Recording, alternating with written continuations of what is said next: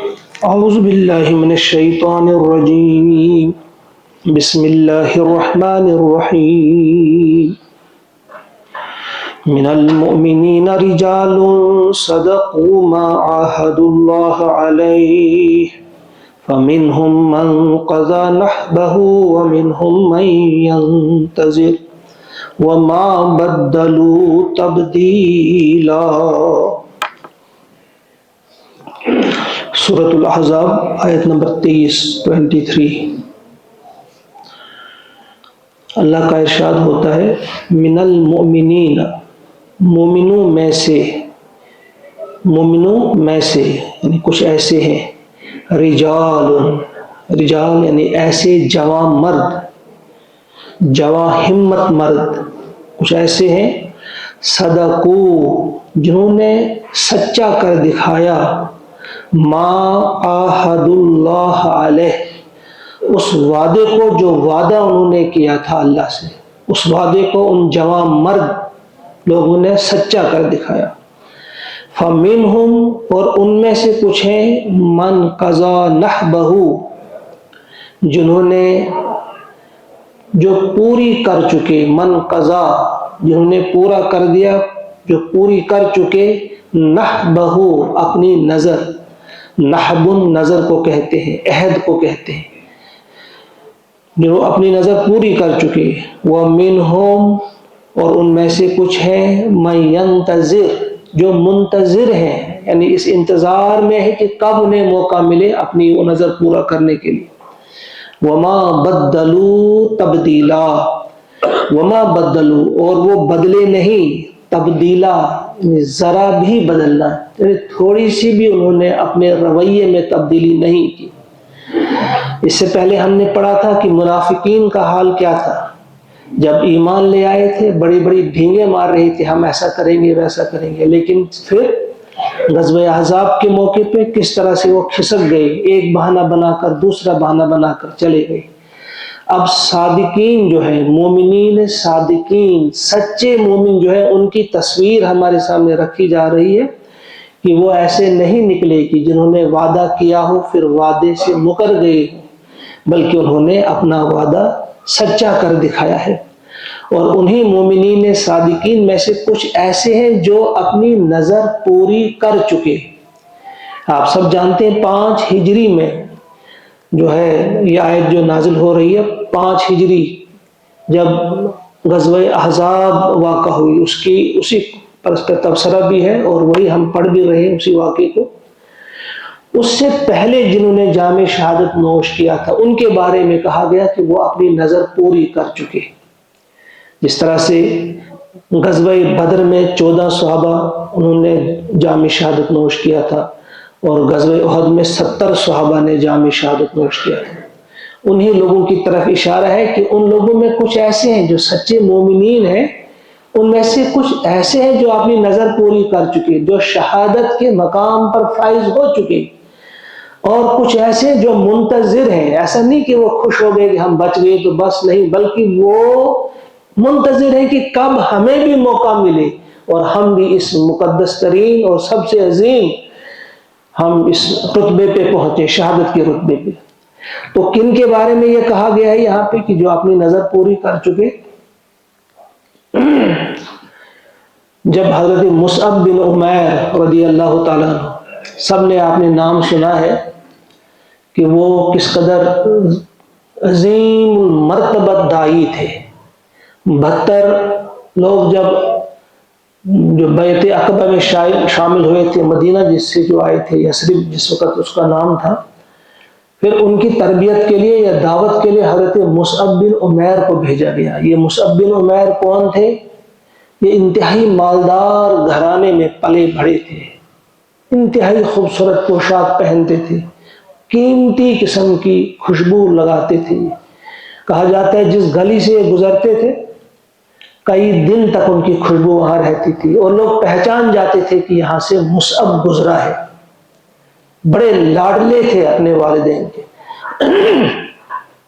لیکن جب اللہ تعالیٰ کی نظر انتخاب پڑی اس پر اور اسے اسلام اور ایمان کی دولت عطا فرمائی، تو پھر جب وہ وہاں سے چلے، کس انداز سے چلے، یہ طویل واقعہ میں آپ کے سامنے نہیں رکھوں گا۔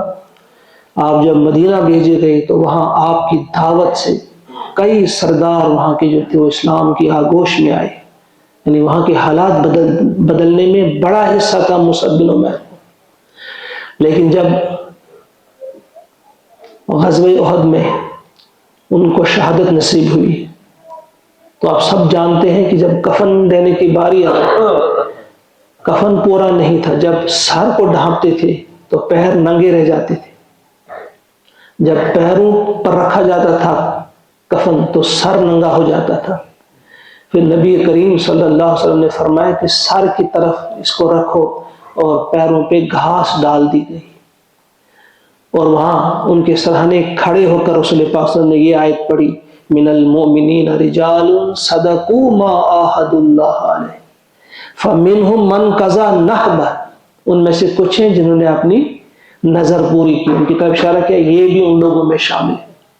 وہی مصعب بن عمیر جو انتہائی لاڈلے، انتہائی امیر ترین گھرانے کے فرد تھے، اور آج کفن کے لیے بھی پورا نہیں تھا، لیکن آج بھی دنیا انہیں یاد کرتی ہے، ان میں یہ شامل تھے۔ اور ان کے کچھ اور ساتھی بھی تھے، جیسے انس بن نضر رضی اللہ تعالیٰ عنہ غزوہ بدر میں شریک نہیں ہو پائے کسی وجہ سے۔ اس کے بعد وہ اکثر کہا کرتے تھے، مجھے بڑا دکھ ہے، مجھے بڑا رنج ہے کہ پہلا مارکا تھا یہ کفر اور اسلام کا، میں اس میں شریک نہیں ہو سکا۔ اب اگر موقع دے گا اللہ تعالیٰ تو دنیا دیکھے گی کہ میں کیا کروں گا، اکثر کہا کرتے تھے۔ وہ ایک عہد کیا تھا اللہ سے کہ ہم ایسا کریں۔ پھر غزوہ احد کے موقع پہ آپ جا رہے تھے، آپ نے دیکھا کچھ لوگ بیٹھے ہوئے، جب افواہ ہو گئی تھی کہ حضور علیہ السلام شہید ہو گئے تو آپ نے کچھ لوگوں کو دیکھا کہ بیٹھے کیوں ہو، کیا بات ہے؟ انہوں نے کہا آپ نے نہیں سنا محمد صلی اللہ علیہ وسلم تو شہید ہو چکے ہیں، اب کیا کرنا ہے لڑکے؟ تو انہوں نے ان کو للکارا، کہا محمد کے بعد تم زندہ رہو گے؟ کس لیے جینا ہے محمد کے بعد؟ اٹھو، جس مقصد کے لیے محمد عربی صلی اللہ علیہ وسلم نے جان دی ہے، اٹھو ہم بھی اس مقصد کے لیے جان دیں گے۔ تو آپ لڑتے گئے، انتہائی بہادری کے ساتھ آپ نے لڑا، اور سعد سے کہا، سعد بن معاذ سے کہا، سعد مجھے جنت کی خوشبو آ رہی ہے، احد کے پہاڑ کے پیچھے سے مجھے جنت کی خوشبو آ رہی ہے۔ اور آپ لڑتے گئے دلیری کے ساتھ، 80 زخم آپ کے جسم پر لگے گئے، اور پھر جام شہادت آپ نے نوش کیا، اور ایسی حالت ان کی ہوئی تھی کہ کوئی پہچان نہیں سکا۔ پھر ان کی بہن ہے، ان کی ہمشیرہ نے انہیں انگلی کے پوروں سے ان کو پہچانا ہے کہ یہ انس بن نضر ہے، تو یہ بھی پوری کر چکے ہیں۔ تو ان جیسے کچھ اور، حضرت طلحہ ہے، کچھ اور ان کے ساتھی، ان کے بارے میں یہ آیت نازل ہوئی ہے، کیا فرمایا، فَمِنْهُمْ مَنْ قَضَى نَحْبَهُ، ان میں سے کچھ ہیں جنہوں نے اپنی نظر پوری کی، جو اپنی نظر پوری کر چکے، وَمِنْهُمْ مَنْ يَنْتَظِرُ، اور ان میں سے کچھ ہیں جو اس کے انتظار میں، اس کے بعد رہے اس کے انتظار میں۔ اور مفسرین نے کہا آج کے بھی جو صادق سچے ایمان والے ہیں وہ بھی اس بات کے منتظر ہیں، وہ بھی اس گھڑی کے منتظر ہیں کہ کب ہمیں شہادت کا جام نوش کرنے کا موقع ملے۔ علامہ اقبال نے بڑی خوبصورت بات کہی ہے، شہادت ہے مطلوب و مقصود مومن، نہ مال غنیمت نہ کشور کشائی۔ شہادت ہی ہوتی ہے مقصود اور مطلوب مومن کی۔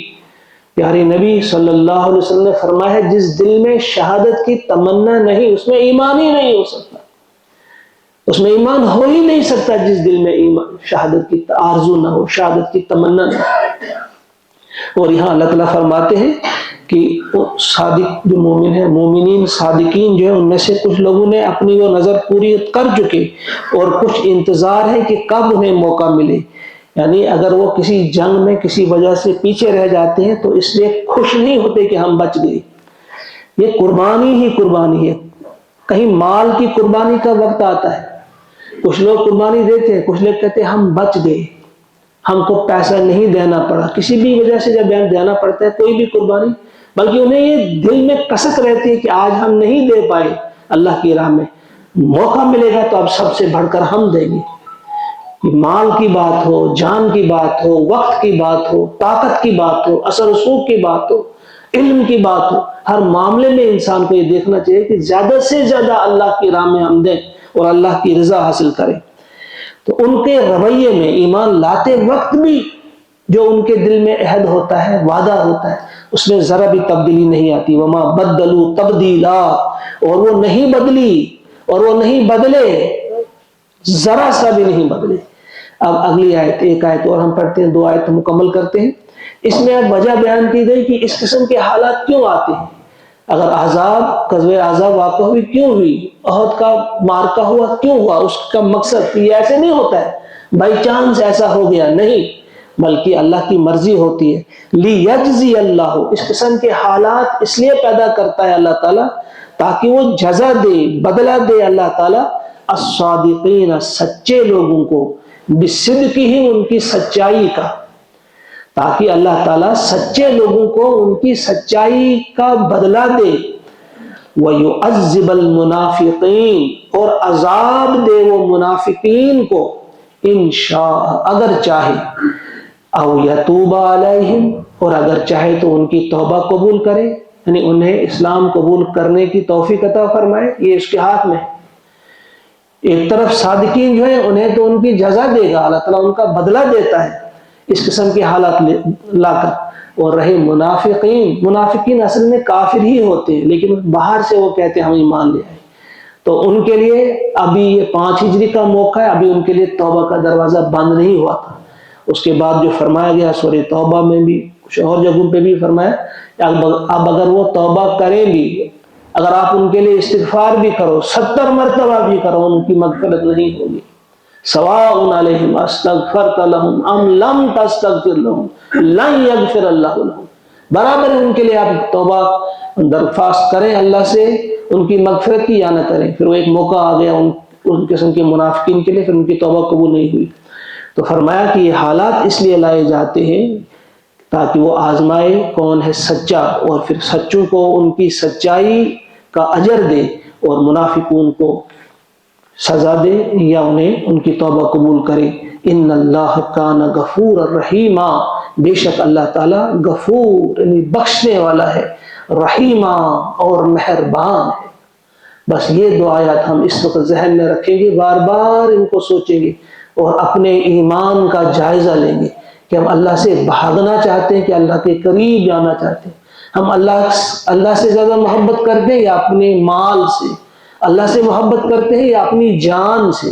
ہم نے تو بیچ دی ہے۔ ایمان والوں کے بارے میں اللہ تعالیٰ نے فرمایا کہ میں نے خرید لیا ہے تمہیں، تمہارے مال کو بھی، تمہاری جان کو بھی، تمہارا مال تمہارا نہیں، تمہاری جان تمہاری نہیں، اب یہ میری ہے، اس کے بدلے میں تمہیں جنت ملے گی۔